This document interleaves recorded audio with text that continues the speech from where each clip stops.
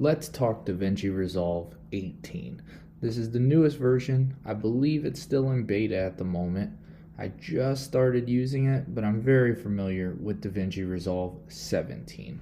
Davinci Resolve is a video editing software, and it can be used free or a paid version. I believe it's $296, somewhere in there, one-time purchase, and you get the Studios version.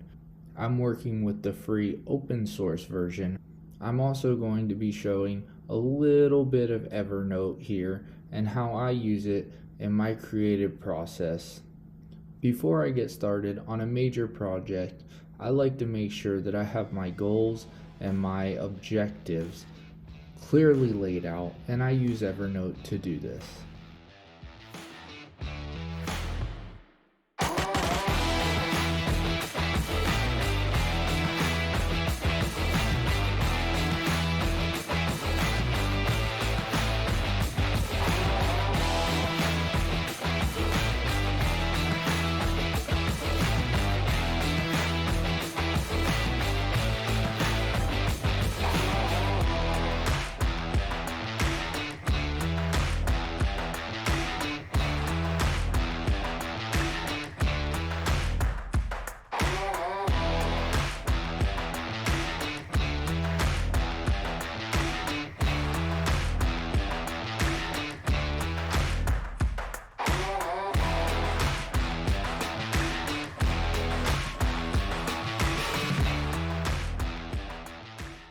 Alright guys, so I captured that whole process on making the intro that you guys just watched. Let's go ahead and dive into some of that, and you guys can see the process I actually use to create this video.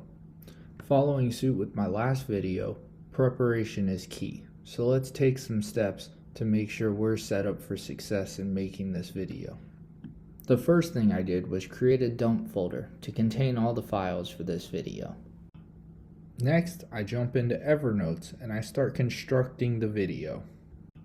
You saw from my little intro exactly what I put in my Evernote in order to make this video. Now it's time to set up my Davinci Resolve workspace.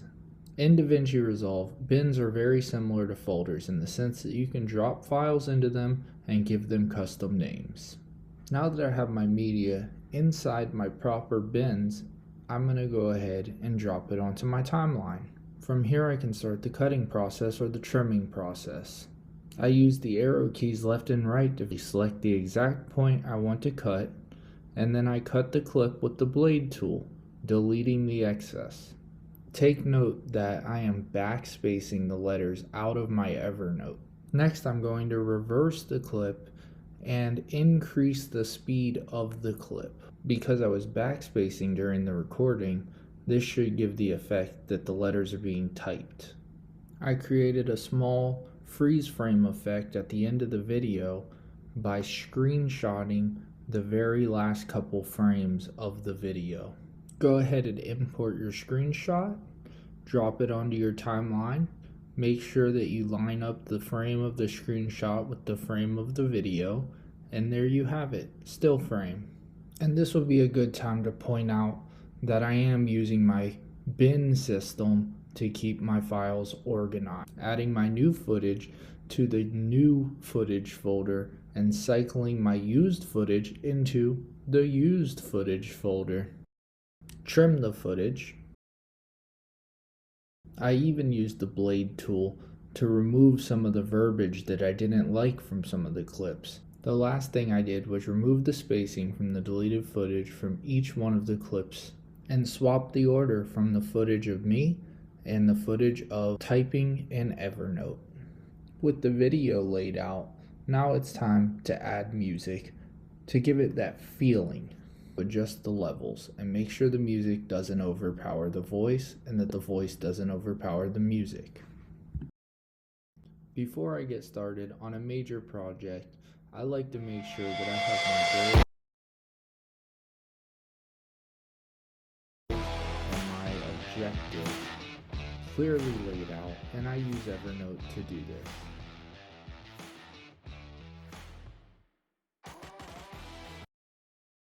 Whenever adding music, I always like to make the music ramp in, to make a smooth transition. Before I get started on a major project, I like to make sure that I have my goals and my objectives clearly laid out, and I use Evernote to do this.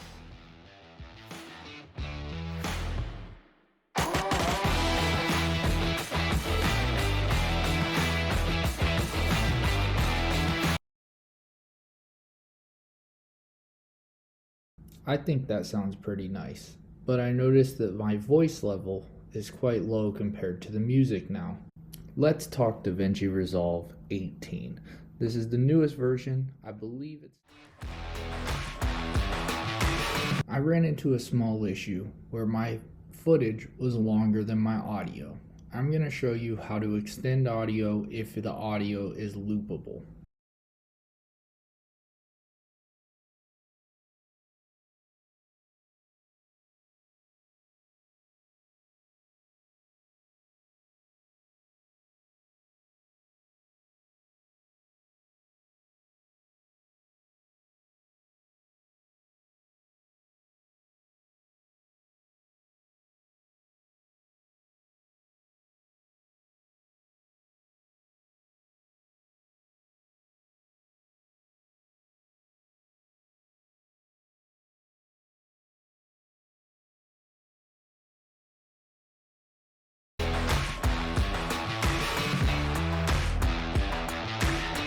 As you can see, it's crude. If you took a little more time to really analyze the waveforms, then you can really line them up a lot better.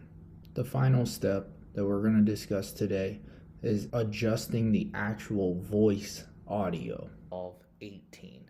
This is the newest version. I believe it's still in beta at the moment. I just started using it, but I'm very familiar with Davinci Resolve 17. I'm working with the free open source version. If you're watching this video, I'm sure you know that Davinci Resolve 17. I'm working with the free open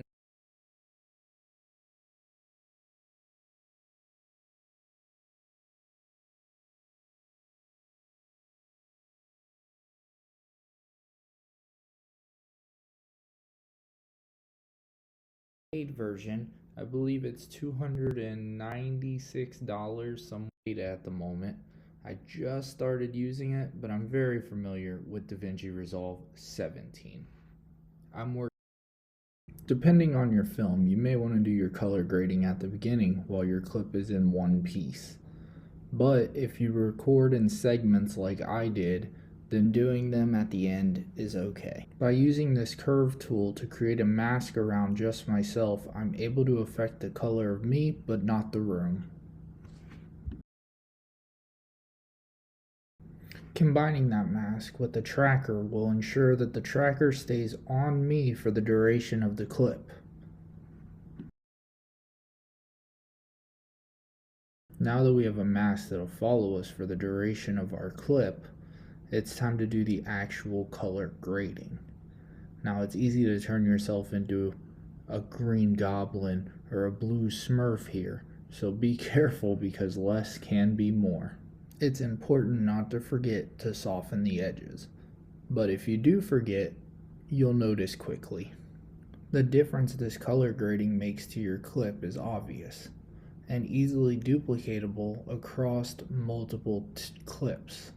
You select the clip, you copy it, then you select the clips you want to paste it to, and you paste attributes. The final step, and probably the most tedious and annoying, is you have to go individually through the clips, grab the mask, place it in the right place, and run the tracker again. For this purpose, our mask didn't need to stick too well, so it was a lot easier than some other videos that I've made.